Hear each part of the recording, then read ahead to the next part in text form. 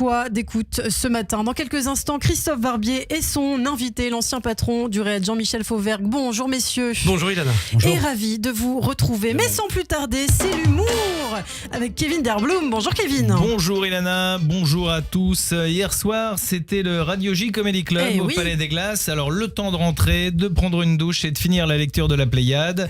Il ne me restait plus beaucoup d'heures de sommeil avant de vous rejoindre ce matin pour la matinale. Oui, comme à tous, voilà. Du coup, je voulais vous parler d'une de mes grandes passions dans la vie, pas celle du genre que l'on met sur son curriculum vitae, dormir.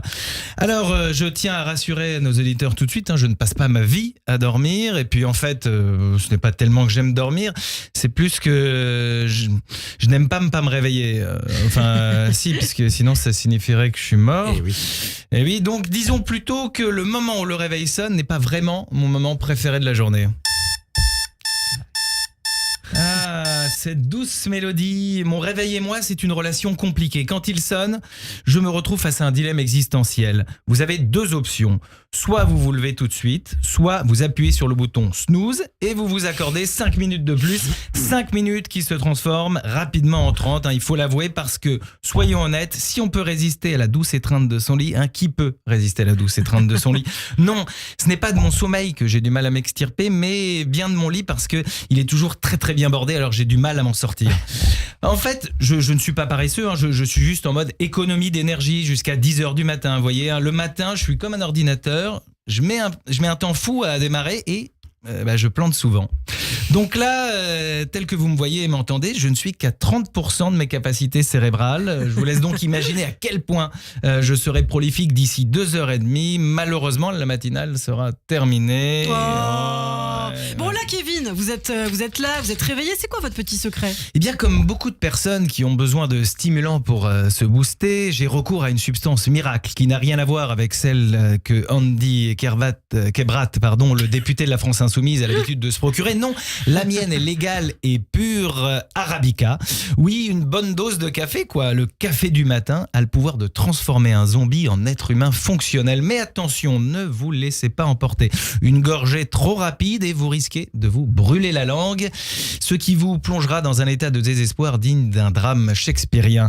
Mais bon, après tout, qui a besoin de sommeil quand on a du café? Ah là là, on dirait un mauvais slogan publicitaire.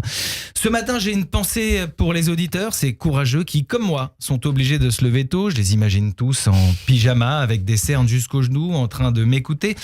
Je me dis que je devrais peut-être leur faire un petit clin d'œil à la radio, juste pour qu'ils sachent qu'ils ne sont pas seuls dans cette lutte contre le sommeil. Et puis ce matin, j'ai également une pensée pour vous, Ilana, qui officiez chaque matin de 6h à 9h. Vous qui êtes le symbole de la France qui travaille, la France qui se lève tôt, comme disait un de nos anciens présidents de la République. Et bien évidemment, pour vous aussi, Christophe Barbier, symbole de la France qui ne dort jamais.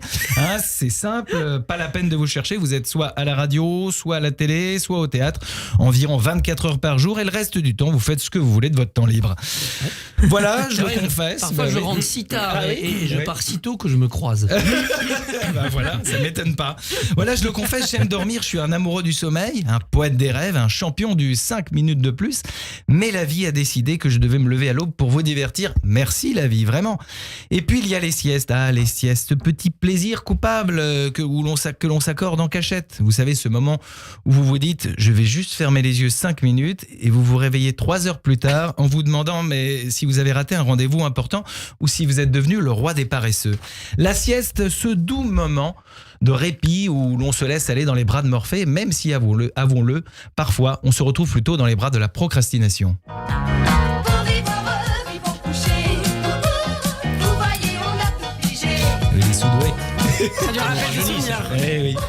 Si comme moi vous affectionnez les siestes, attention tout de même, sa pratique requiert un minimum de bon sens, il faut veiller à bien juger si le moment et le lieu de votre sieste est opportun.